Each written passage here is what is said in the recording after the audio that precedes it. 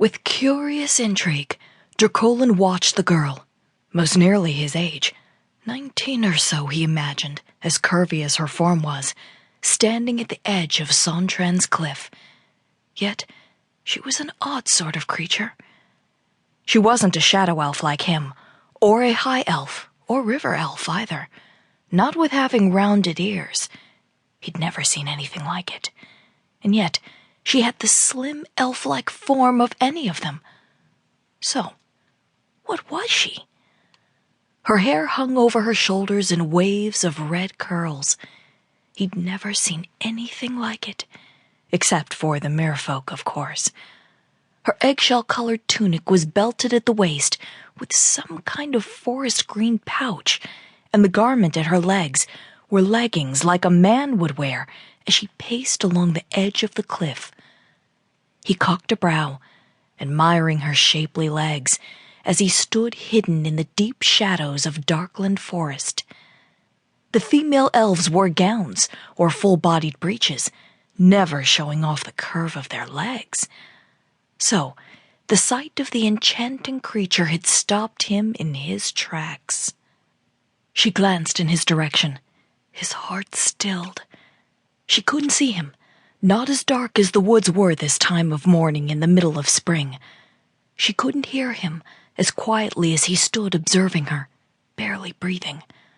The breeze scattered any scent of him back into the woods behind him, so she couldn't have smelled him. Yet she stared in his direction as if she knew he stood there, gawking at her like some awe-struck, much younger shadow elf teen. He considered her eyes, green as the lake beyond the woods. What creature had green eyes? Well, that and red hair. Merfolk, of course, but not any he'd seen with legs. He stood, frozen in place, just like she did. What was the matter with him? He had a mission to accomplish. Discover what was blocking the Roe River from traveling to the tributary that brought drinking and bathing water to his kingdom. Already, 2 of the wells had run dry. The mysterious creature had caught his eye. That was the matter. At first, he thought she meant to throw herself off the cliff and into the ravine, where Roe River snaked back and forth like a crooked blue-green spine.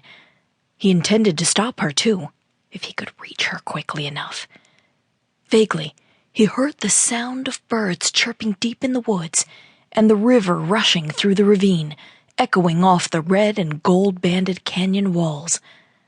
The scent of Agrian pine wafted in the breeze, and something else, an unusual fragrance, floral in nature, he presumed, as light and sweet as it smelled, drifted to him. From her. She parted her lips to speak, but said nothing, only swallowed hard, then wrung her hands. His friends would have chided him for his odd behavior. He could hear them now saying, "What are you afraid of? Find out what she is." And rashly, without regard to his safety, he would have done so, without even his friends' prompting. But something held him back. An odd sense of disquiet fluttered in the pit of his stomach.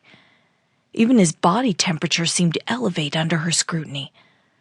He was a shadow elf, son of the king's chief advisor, he reminded himself. He had nothing to fear from a slip of a girl. Clenching his fists, he resolved to step out of the shroud of darkness and reveal himself. But how would she react to seeing him? He was handsome by shadow elf standards, if the girl's interest in him was an accurate measure. But what if his dark brown hair and eyes and pointed ears scared her? She stood so very close to the edge of the cliff. If he moved toward her, would she step back in fright? If she did, she'd surely fall to her death, 40 feet to the rocky shoreline below. To his mortification, his friends, Balin and Prince Cronus, crashed through the woods behind him. Dracolin turned and motioned for them to travel quietly, using hand signals. Both the prince and Balin, son of the chief-at-arms, raised their brown brows at him, questioning his action.